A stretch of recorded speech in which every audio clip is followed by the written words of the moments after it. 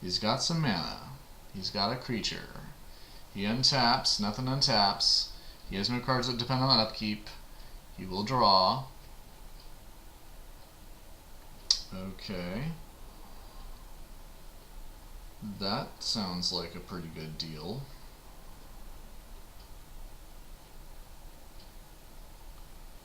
Let's see here. What is he going to do?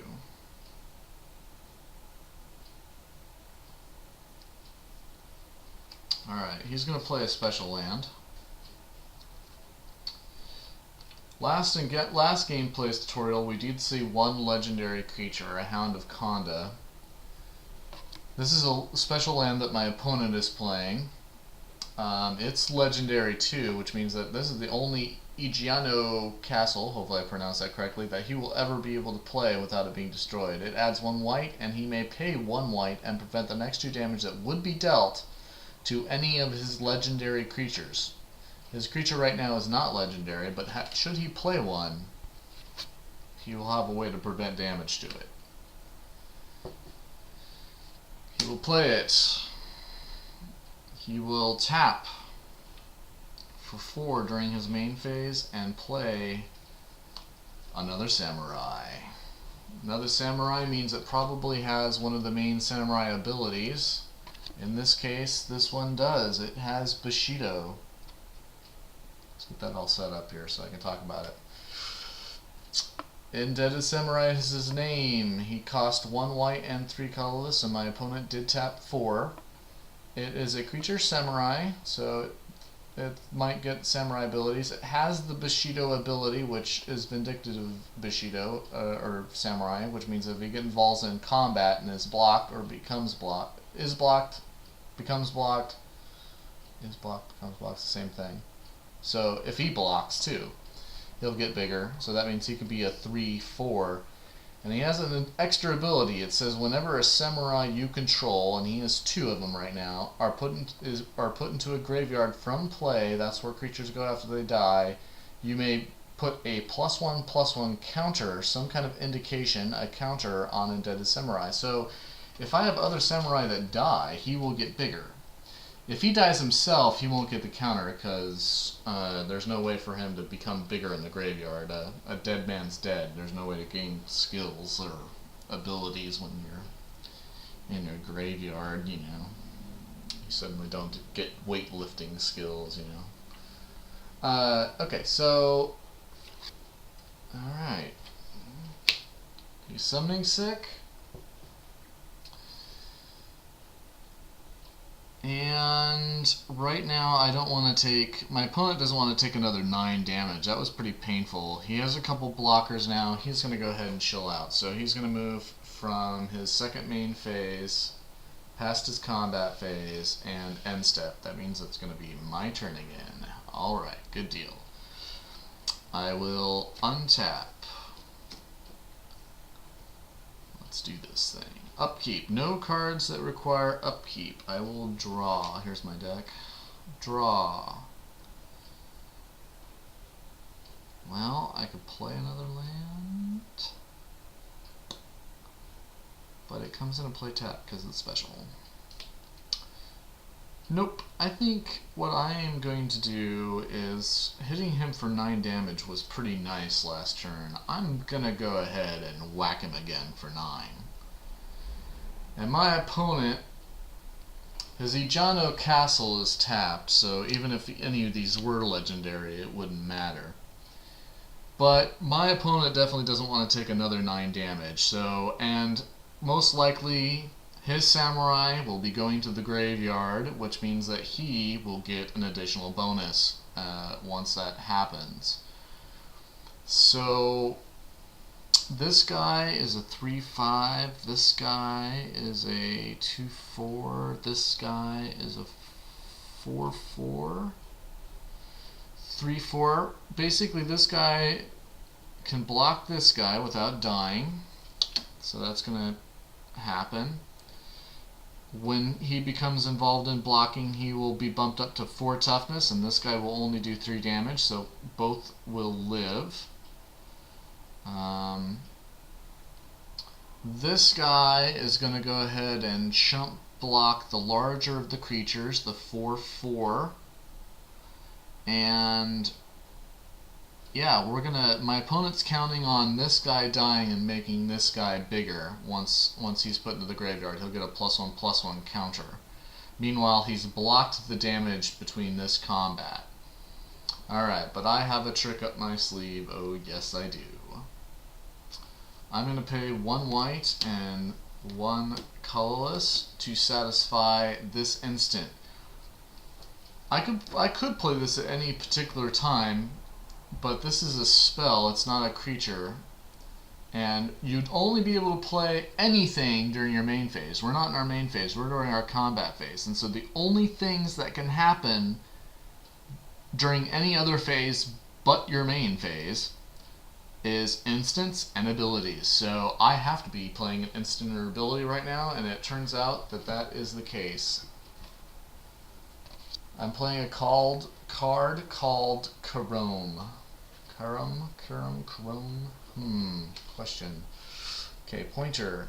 That's its name, that's its cost, play the cost. Here's where it tells you that it is an instant.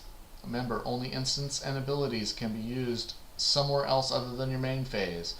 The next 1 damage that would be dealt to target creature is dealt to some other creature instead, and I get to draw a card. I'm going to go ahead and draw a card right now because that's the uncomplicated part. And then we're going to talk about what I'm going to do as a combat trick.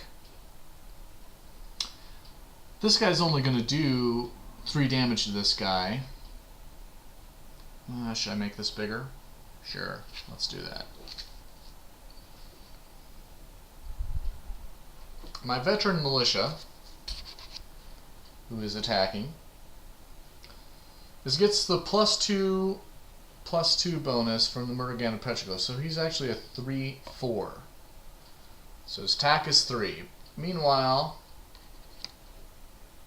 the Bushido guy is going to become also a 3/4. So neither one are slated to die. And this guy gets bigger because of the Bushido. He blocked. But now I have a way to redirect damage off of maybe this guy and do it to this guy instead, or I could take it off the other guy.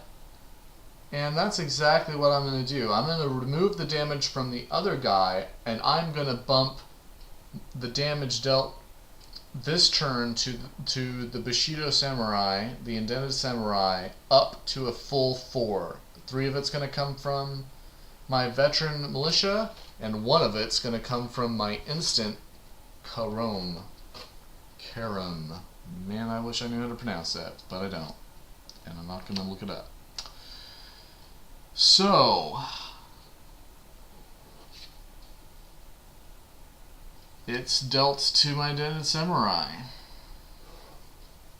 And when it starts looking at what cards are going to the graveyard based on lethal damage, it turns out that both of my opponent's creatures die because he did not get the bonus in time. So those go to his graveyard. Where are we going to put his graveyard? We'll put it right there. Now 2 of my creatures were blocked, but I still got through for damage for a total of 2, so he's going to drop down to 8. That was a pretty complex attack phase, but I killed both of my opponent's creatures, so that rocked.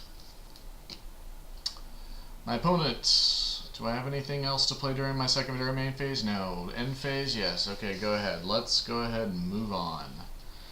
My opponent is feeling rather pissed off by my little trick that I had up my sleeve.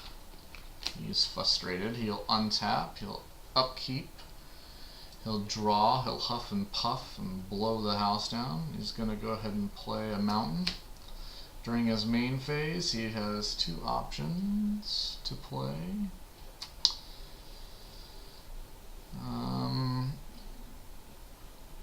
Prevent up to 2 damage. If I did that, it would be damn short. Alright. He will tap 1 white and 2 of any color.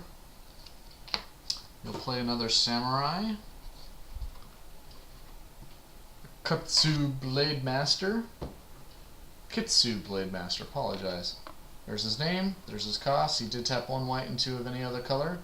It is a Fox Samurai. Neat. Foxes are in the game. It has an ability that we have no idea, and it doesn't even describe to you what it does. It has no reminder text. Bushido, it tells you what it does. It has reminder text.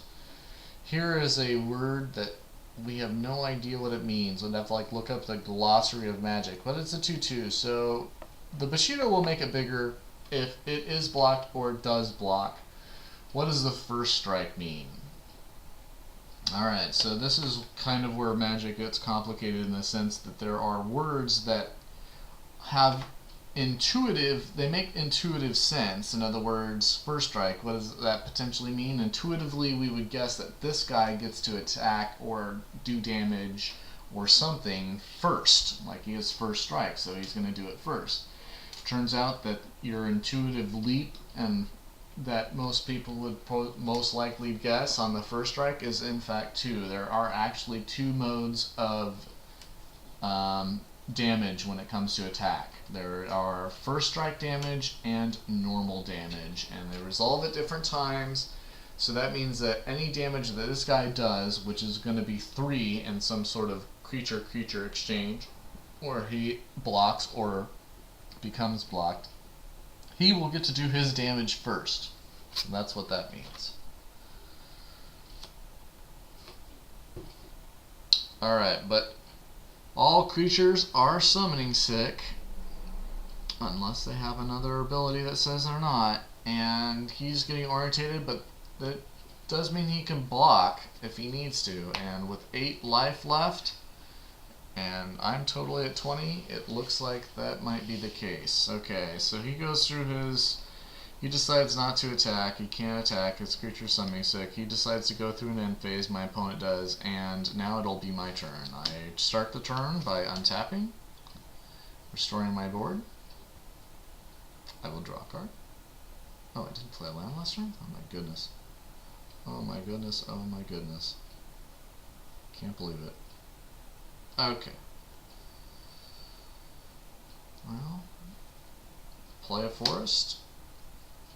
And I happen to have drawn another instant card, which means that I could get fancy.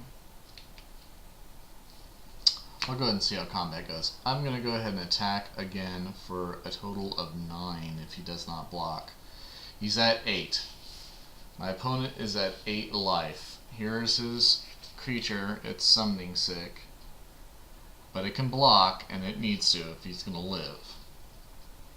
So all of my creature's toughness are greater than 3.